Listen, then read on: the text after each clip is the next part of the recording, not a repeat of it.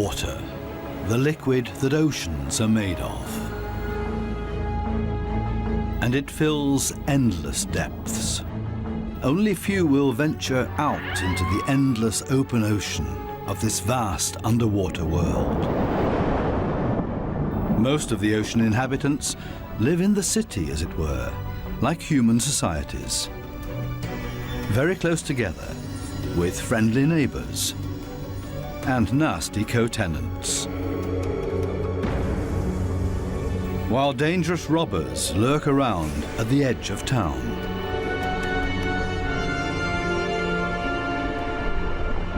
To assert yourself here, you have to be equipped with all kinds of tricks and clever strategies, or lie and cheat.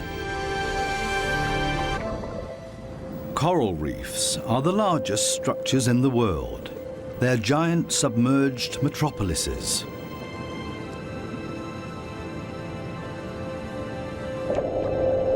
Millions of different inhabitants live in these cities. A universe with coral palaces and soaring towers.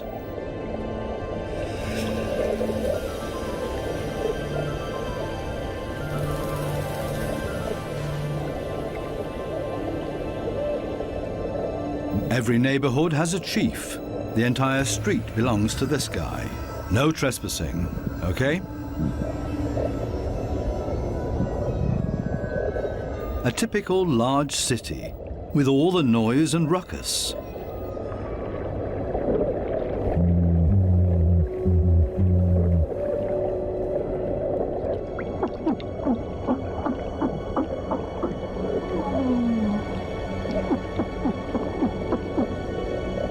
Even this little porcupine fish bleats around. It creates this sound with its swim bladder. Two small harlequin shrimps are nibbling on this blue sea star.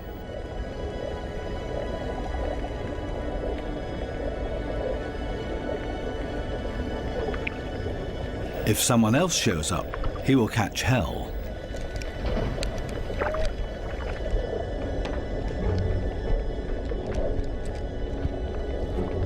Another harlequin shrimp busy pulling a bite out of a sea star.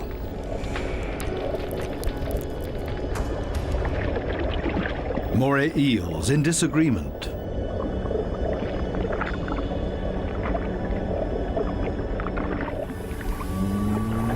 A scorpion fish shuffles across the ocean floor.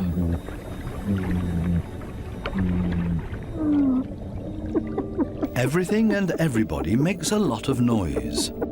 A boxer crab threatens everybody that comes by, holding two poisonous anemones in its claws. At least the anemone reef looks peaceful. Or does it? The clownfishes are having a huge squabble. Who does this anemone belong to? We can hardly see this fish, but he's easy to hear, a crocodile fish. Does this giant puffer fish hear something?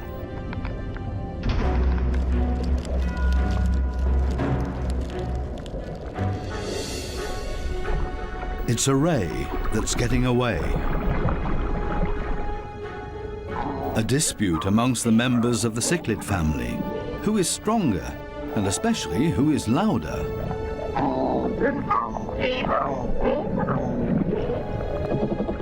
Two Walkman fish are noisily trying to woo a female.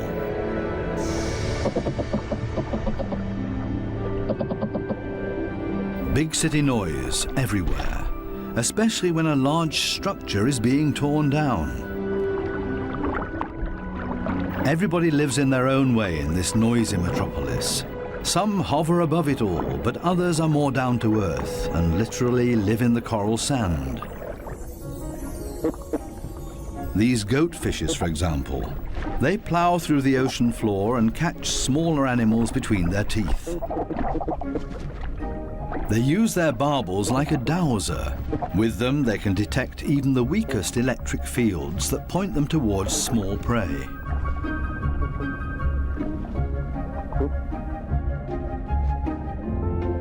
These gobies also dredge through the sand and feed on what they find in there. There's another way of finding prey in the sand. This blue-spotted stingray uses its wings like shovels, and there's always a chance of stealing something.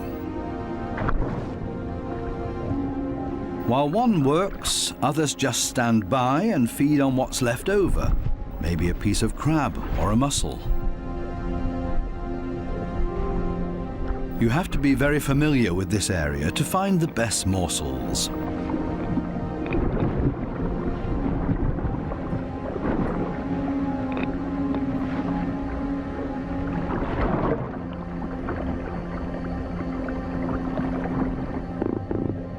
This triggerfish uses a strong stream of water.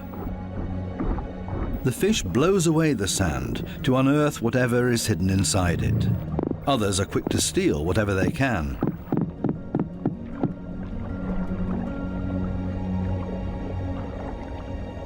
The triggerfish is a commanding fish, and most reef inhabitants are easily intimidated by him, except for these strange visitors that don't seem to show fear. In any case, it's best to cover them up with sand.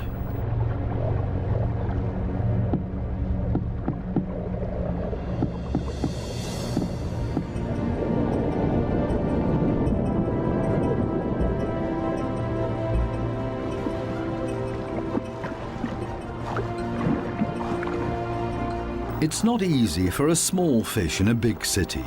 There's always somebody with bad intentions. And you have to be extra careful not to get swallowed, like these moon wrasses, for example.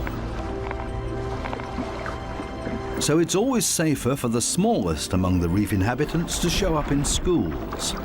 It's difficult to keep an eye out for only one little fish, and as a result the predator often grabs blindly at nothing and comes up empty. To show up in a big mob is always safest. Others are easily distracted at the sight of so much prey all at once. This easygoing giant pufferfish would never have a chance here anyway. Being part of a school of fish is always the best protection from predators. The slow ones are being ignored. No danger here.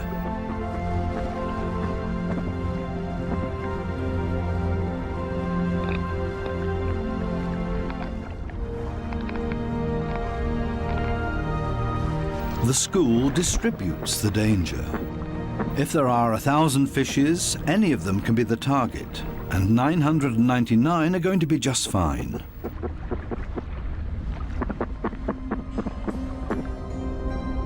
But what about loners, or those that live as a couple?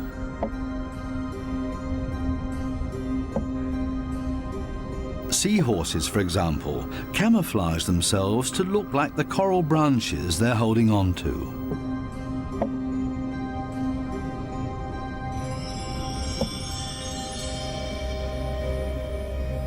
Even more difficult to see. Where is the animal here?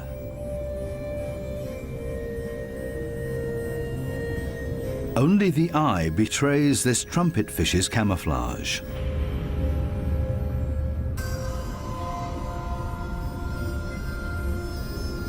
They do everything to not look like themselves. Ornate ghost pipefishes. They're inseparable, a couple. The female is already carrying eggs in her extended belly. Before long, the male will fertilize her eggs. They are still regular fishes, despite their unique costume. This one looks like torn-off seagrass. The spiny wasp fish rocks back and forth in the current.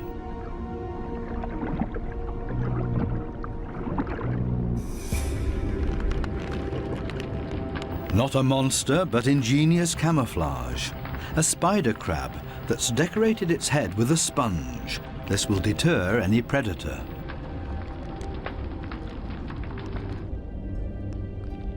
Another great camouflage, a barrel decorated with rocks. Only the movement of the gills betrays this stonefish.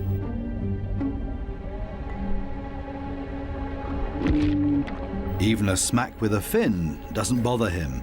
The fish knows it will not hurt him. It only shoves him a little further to the side.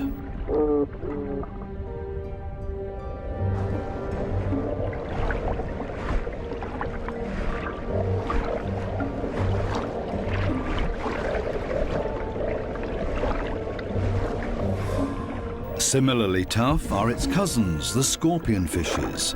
They lie there as if dead, especially when others around them freak out. And even when moray eels fight with lionfishes for food.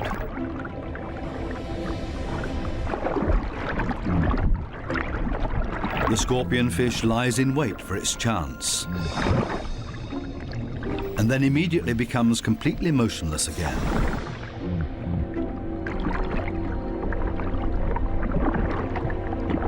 The only difference is that it raises its dorsal fins with the poisonous barbs inside, is completely still but now also armed.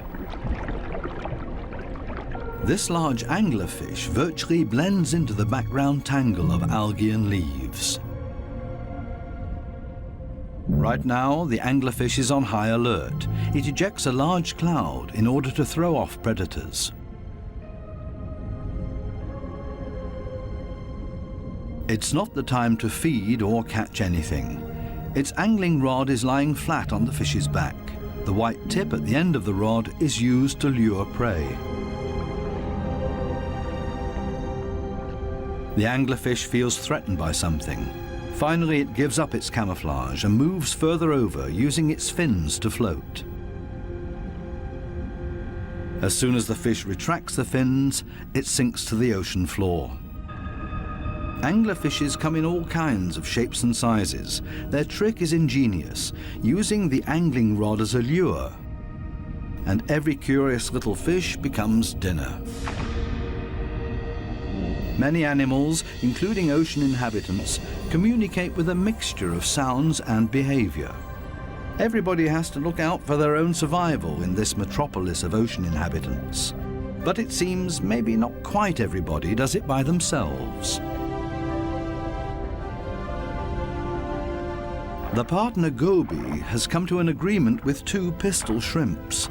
The goby keeps an eye on things while the shrimps keep maintaining their hole. Larger rocks at the entrance are ideal for securing it.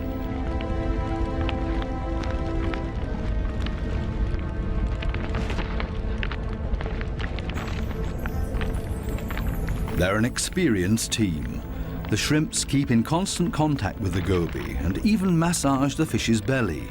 The goby will get nervous without these gestures from the shrimps. The pistol shrimps need a cool and collected bouncer at their entrance.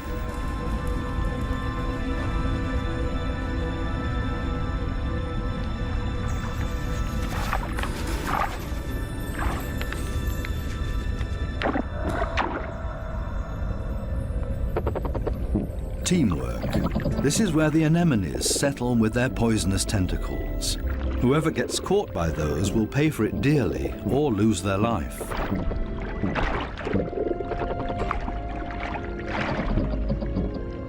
No wonder that there is virtually no one who likes to settle here. The little clownfishes are the only ones that know how to deal with these tentacles. They cover themselves with the slime of the anemone's tentacles and are protected from the poison. The clowns are safe in here, and in return will protect their anemone as well as they can. This seems like a sensible deal. But on occasion, the anemone will pull the tentacles inside its column-shaped body, which means the clownfish's home is gone. When this happens, they panic and look for another anemone that they can hide in for the time being. Unfortunately, this one is already occupied, and the next one as well, and this means having to fight its current owner. There's much to lose for the clowns.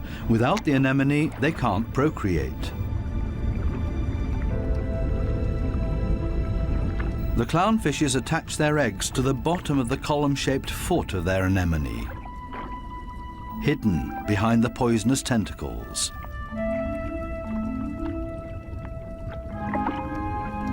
Both male and female tend to the eggs. They fan fresh water on them. The eyes of the babies are already clearly visible. The clowns are very protective of their eggs.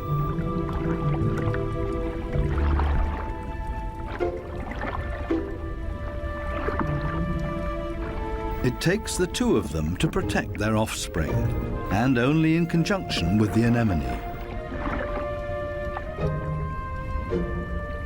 Everybody in the reef has to take special care of their young. If they don't, it means their species will simply die out. So it's not surprising that everybody gives it their best effort.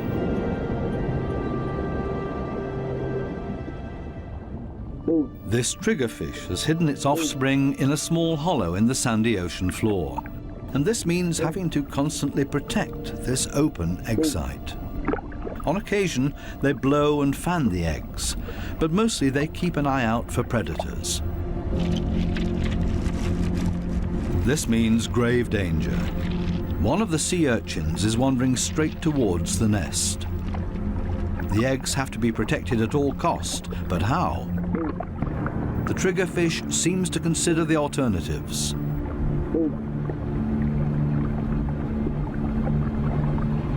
But then it blows and then rams the sea urchin. Again and again until it breaks, the sea urchin's guts spill out into the open.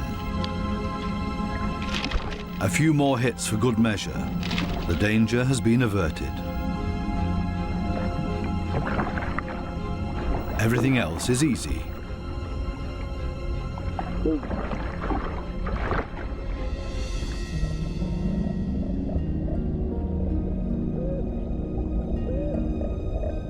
Two little damselfishes cling to a coral branch, a pretty and obviously inseparable pair. They appear to have something important to do. And there it is. The female has been laying eggs and glued them to a coral branch. Over and over again, both of them sweep past the eggs to keep them clean. Two very busy parents in the middle of town. Not far from them, the same kind of damselfish, but this one is feeding on the eggs, not tending to them. This damselfish's priorities have changed. Its partner is gone, and it's impossible to bring the eggs through by itself. So it feeds on its own eggs to at least recycle the nutrients.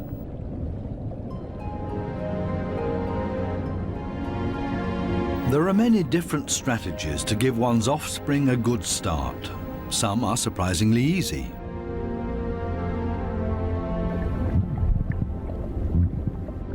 The mass mating of the black sea breams. The males are so generous with their sperm that often a cloud of it will engulf the entire wedding party.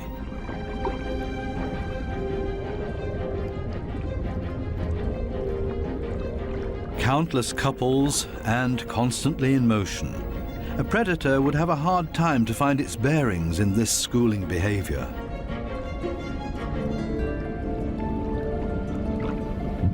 The fish's instincts cause them to mass mate in order to ensure the survival of their species.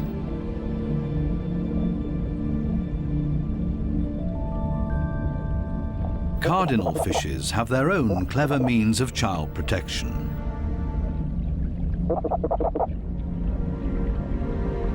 It's not time yet. The couple are still flirting and courting with each other, going around and around.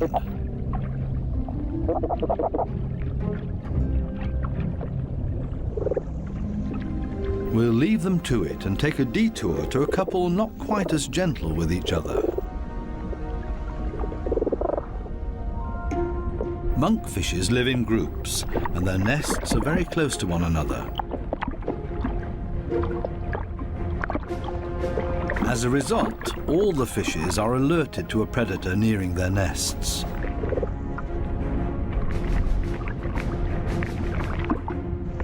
Hermit crabs love to feast on the eggs of the monkfishes, so the protective parents are all getting nervous.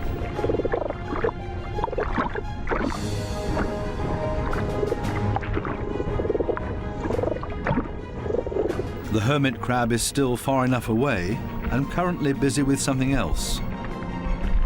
The hermit crab's best defense is its house that it carries around for protection. The patience of the monkfishes is wearing thin.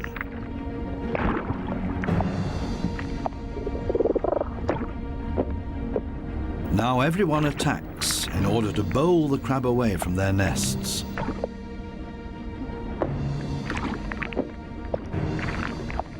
They're clearly telling this hermit crab to take a hike, but they should have stayed with their offspring because there's new danger approaching.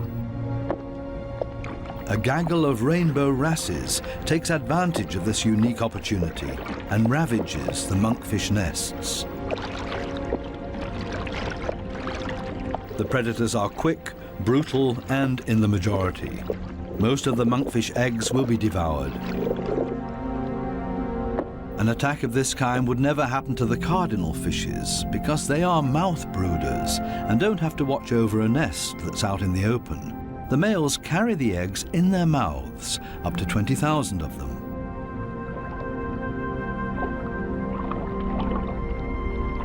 A mobile nursery. They're safe here in their father's mouth, unless, of course, he gets eaten.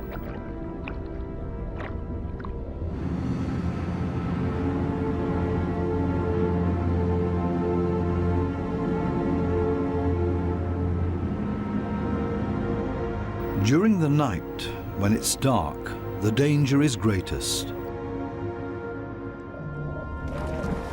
These underwater cities have a very active nightlife with special attractions. Basket starfishes come out and sit in the current. It's a night-active type of brittle star. With their arms full of tiny little hooks, they filter plankton out of the water to feed.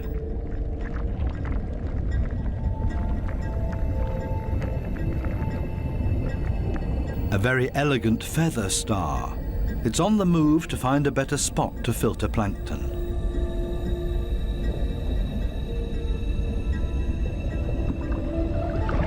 This Spanish dancer is even more graceful and elegant than the brittle stars. It's a type of nudibranch.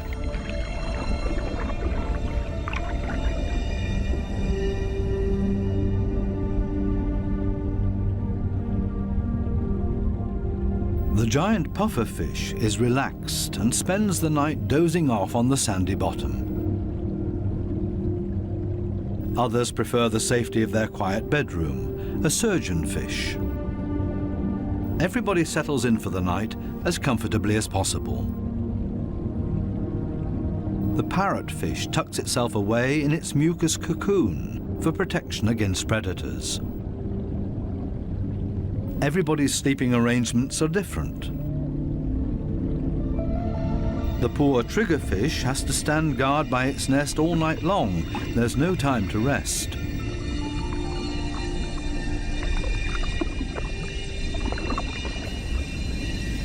Some of the predators are quite soft-footed. A cone snail has spotted a small fish.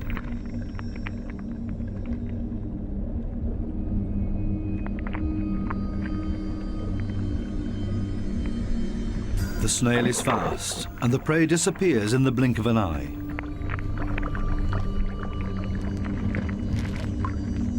The night is still young, and still full of danger and terror. These lionfishes pose danger to the cardinal fishes.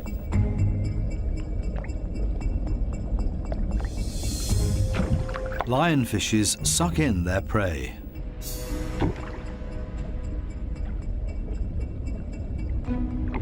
Even if they choke on it.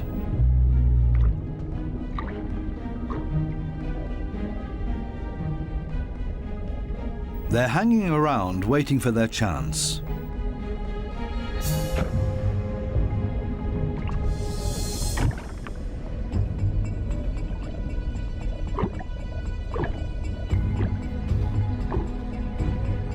This poor cardinal is sideways in the lionfish's mouth, eggs and all.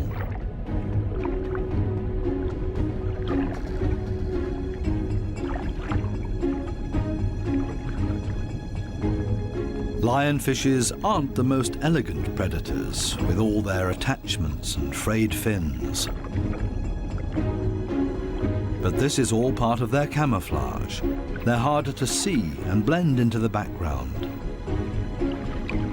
Outside the reef, the lionfishes hunt as a school.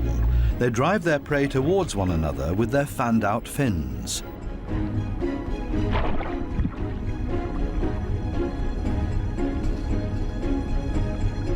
They prefer to attack from above, cornering their prey. This is not a different location, just different light. These special blue lights totally change the appearance of the reef.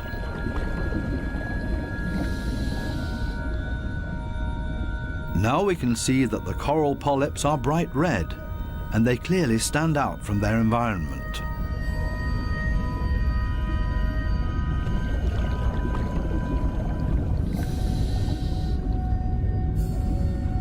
A new and fascinating perspective on the communication of many ocean inhabitants. And suddenly an eruption of sorts.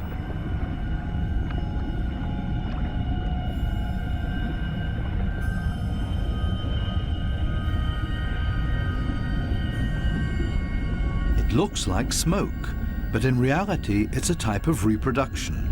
A carpet anemone is ejecting its sperm.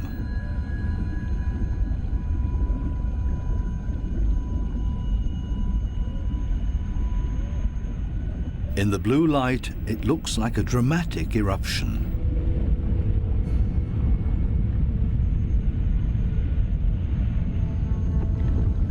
A hermit crab as a magic lantern.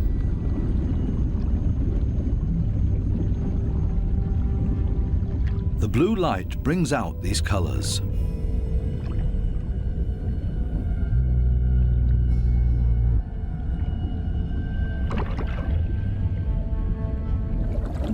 An entire group of lionfishes on a food foray.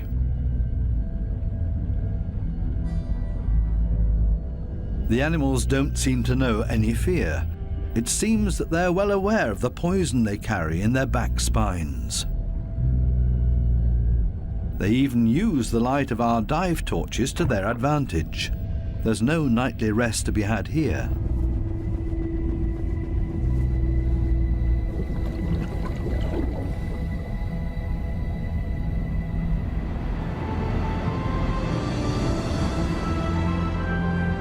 With the first daylight, new life comes into the reef city.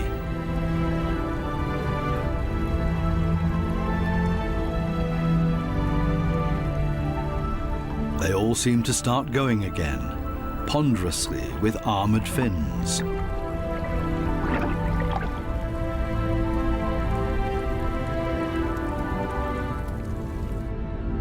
As pedestrians, and as light and quiet as possible.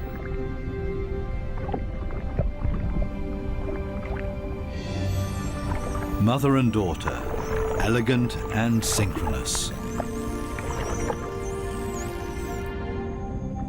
Some have to hustle along on 10 legs. This spider crab runs straight into a brittle star gathering. A giant smash-up in the early morning. Wildly flopping around, everybody tries to get away.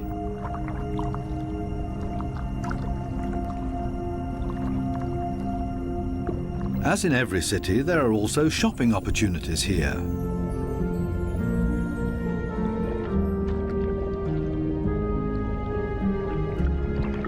This moray eel knows her shops well. She rushes to her favorite store every morning.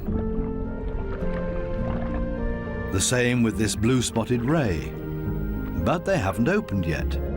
It leans on one fin as if to say, it's waiting.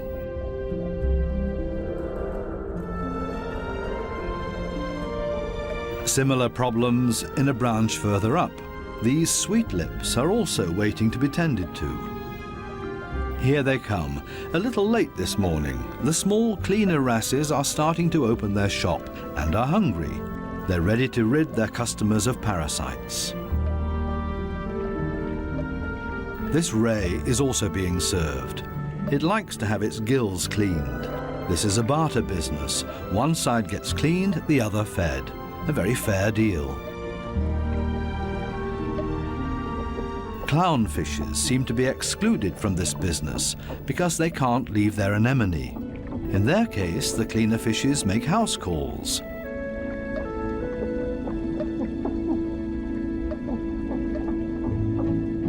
This snake eel is also otherwise engaged, and the cleaner shrimps are also making house calls for him.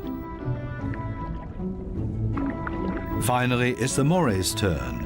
It has a lot of nutritious freeloaders on its skin and in its gills.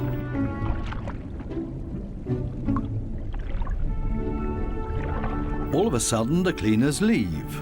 Why?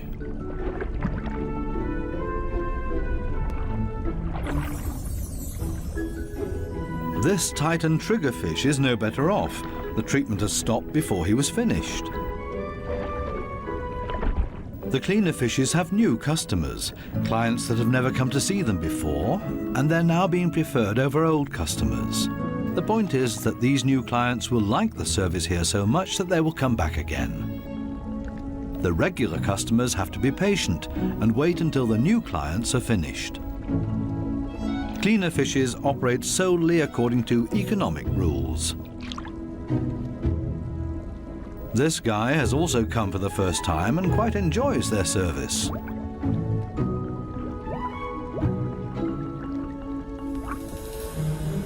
Sometimes it's too much of a good thing, though. This small black-spotted puffer just wants to look around and is not asking for a cleaning at this time.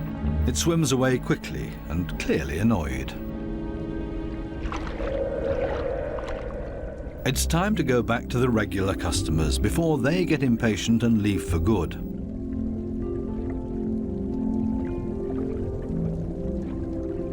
Digging deep where the gills are dirtiest.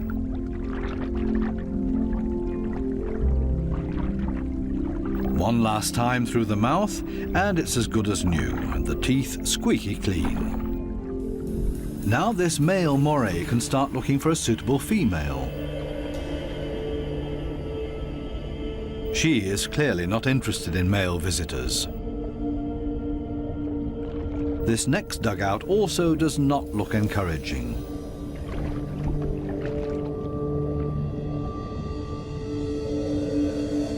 These two have already found each other. A strange pair with a triggerfish as roommate.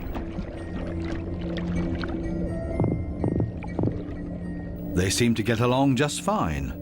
It's difficult to cut in as a stranger.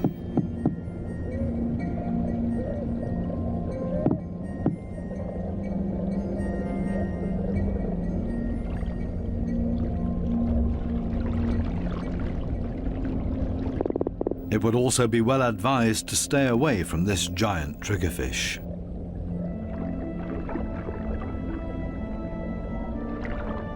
This, on the other hand, might be a different situation. It's important to be patient.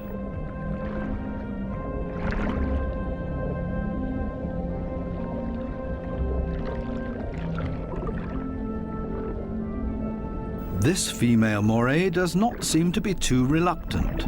She's showing her teeth, which is not a sign of aggression, quite the opposite. She finally agrees to a date.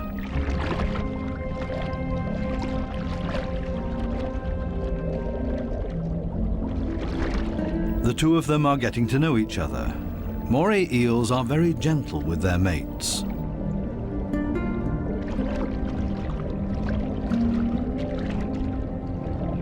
And they're good for another surprise, as partners of a phenomenal hunting party.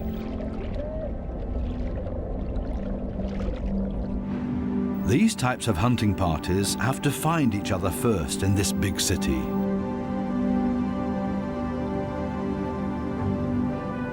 The right place for the moray and her partner. The morays cooperate with the groupers.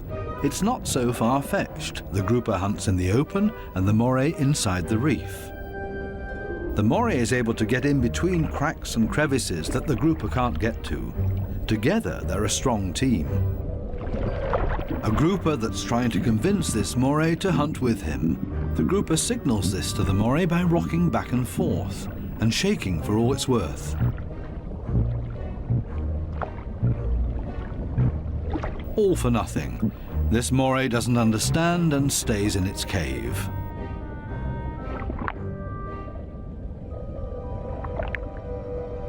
Next try. Maybe the moray will react this time and swim with him. Again, no luck.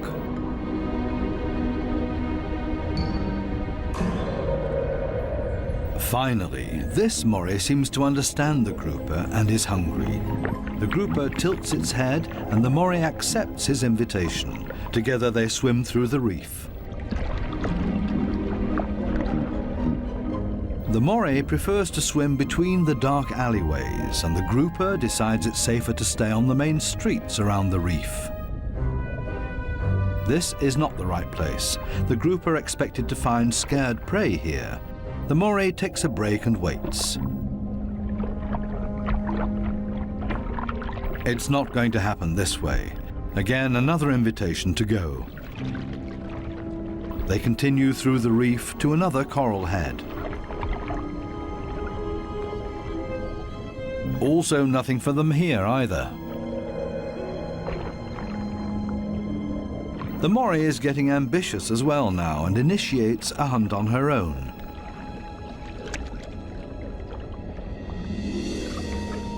She might be better at finding hunting spots. They're successful in this next coral head, and then everything happens very quickly. The fishes are panicked, and both hunters are able to profit from that.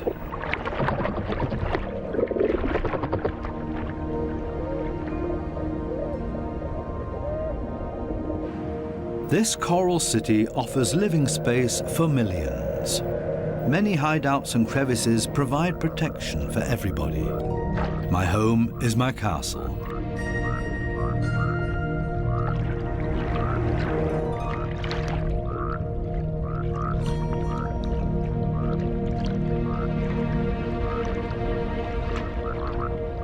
While some escape between sharp corals, others curl up in a ball.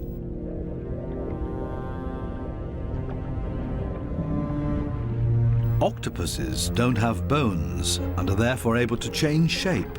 Their homes are usually very tight and space-saving.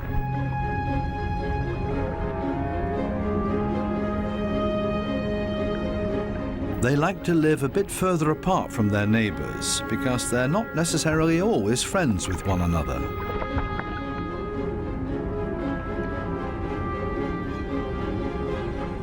It might be best to put up a wall of stones between them.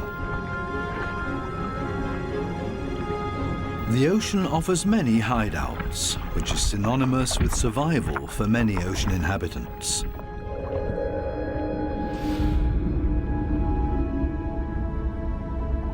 There can also be hideouts that nature never intended to be there, such as this giant wreck, 240 feet deep.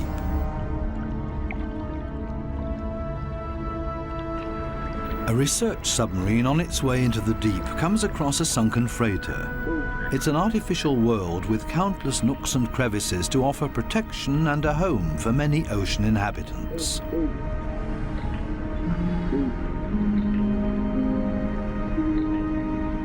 The wreck has long been overgrown with all kinds of sea life. The side of the hull has become a living wall made of corals and sponges.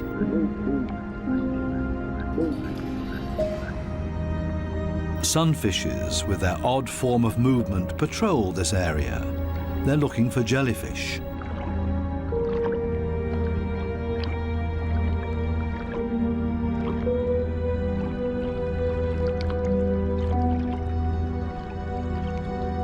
In steerage, where the current is strongest, filter feeders have found a new home, such as these sea fan corals. They feed on the tiny plankton particles. A unit that has grown together made of technical, man-made and organic structures. Even the steel anchor has grown a second skin, made of living beings.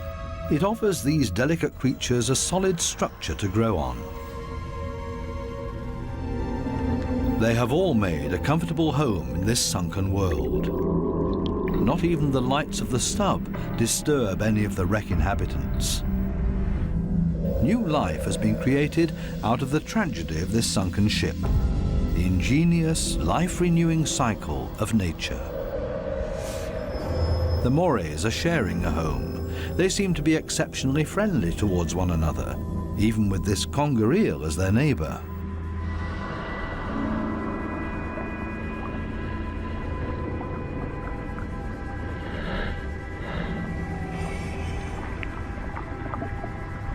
Even the octopus remains unharmed by the Morays.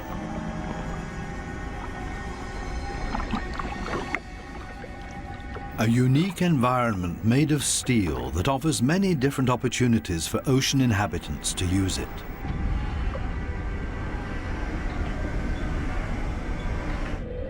Even this fishing net offers a conger eel a place to hide. The original destination of the sub is located a bit deeper, a picturesque underwater city full of ancient amphora architecture. An antique merchant vessel sank here. Only the clay containers, once filled with Greek wine, are still visible. Now they offer homes and protection to many ocean inhabitants. Similar to the reef, hiding places are essential for staying alive down here. The amphorae have a very special shape. They taper towards the bottom, so they could be stored sitting upright in a layer of sand in the hull of the ship. The amphorae and their precious contents were safe during transport. Spiny lobsters welcome these types of caves. Conger eels also feel safe in this mess of amphorae and shards of clay, as if it was made for them and their slender, long bodies.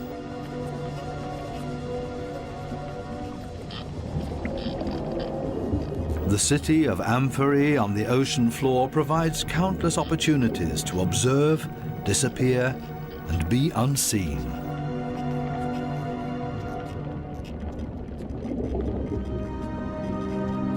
Maybe that's why this city seems to be very calm and orderly, even when the conger eel swims above everybody's abode. Nobody panics because they only have to withdraw slowly into their homes and are safe. The same goes for this forkbeard. The conger eel's only chance to make prey down here is to hide himself and ambush somebody. The sunfishes also don't have much luck feeding here, for the same reasons as the conger eel. On the other side of the globe, the Spencer Gulf in southern Australia. Every year, hundreds of giant cuttlefishes meet up to mate. The rocky seabed offers great holes and caves to hide the eggs.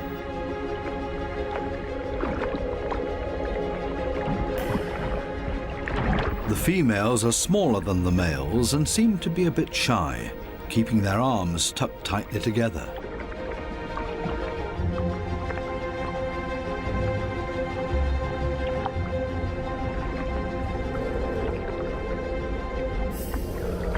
The males, on the other hand, present every bit of themselves openly to impress the females, but also other males that are potential rivals.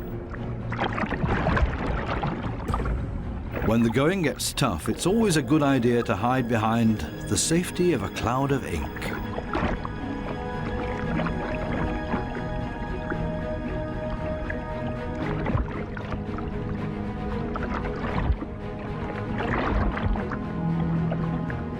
Without much success. Escape in reverse.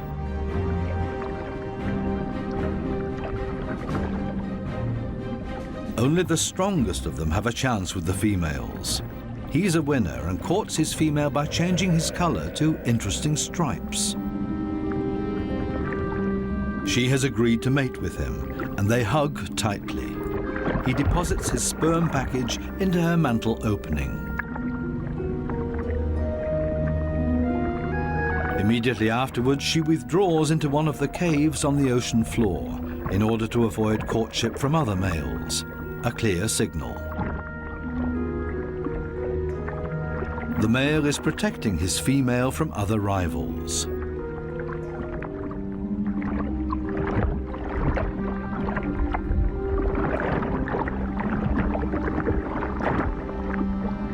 But there's always the unexpected.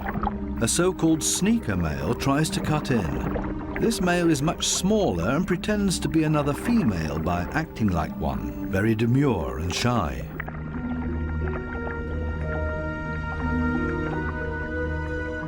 All seems to be fine in the den. He's busy chasing away other rivals from this new supposed female. Especially now that there are 2 females under his protection. It can't hurt.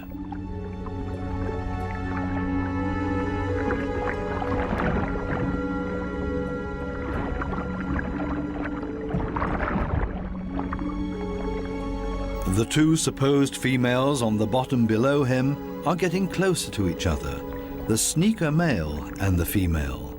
They mate in secret, under the protection of the strong male.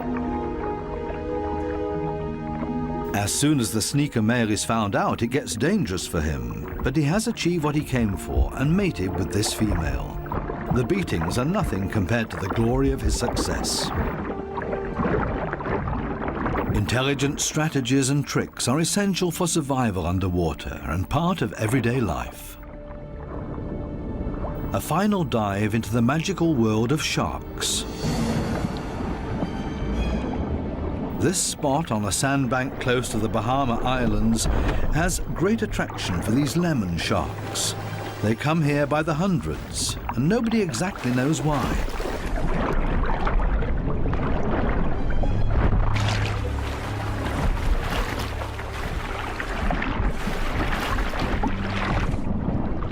This sandy plateau in the middle of the open ocean is easy for scientists to get to.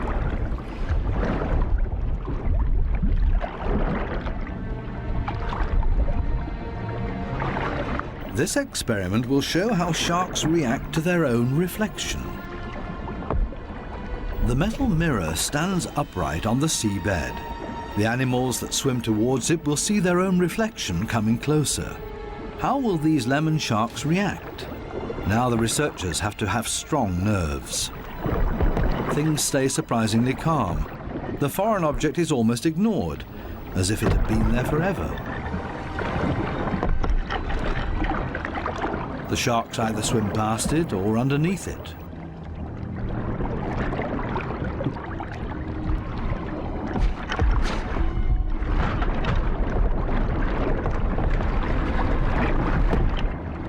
The scientists expected a bit more, and soon the sharks lose all interest in the mirror.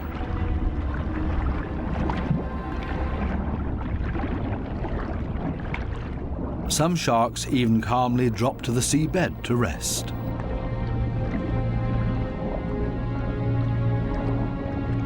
The only ones alarmed by this behavior are the remoras that like to keep moving.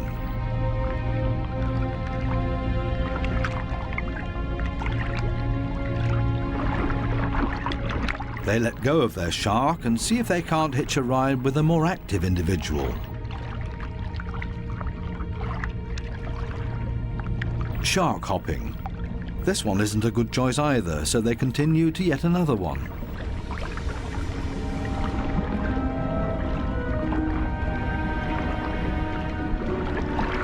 All of a sudden, something happens to the mirror, and the peaceful afternoon on the sandbank changes quickly into the complete opposite. The rope that the mirror is attached to loosens and the mirror falls over.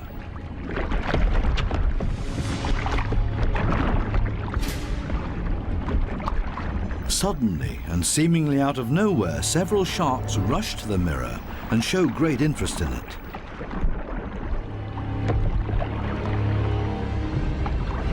They smell and touch it, and they get more and more excited.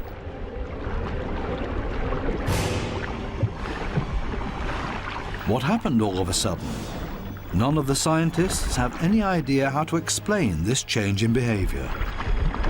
The animals that were calm and collected only a second ago are now completely out of their minds, and the situation quickly escalates into a mass attack on the mirror. Do they mistake their own reflection for an opponent? It's time for the divers to leave because it's not safe anymore. The communication of the ocean inhabitants continues to offer new and exciting insights, though we will probably never fully understand them.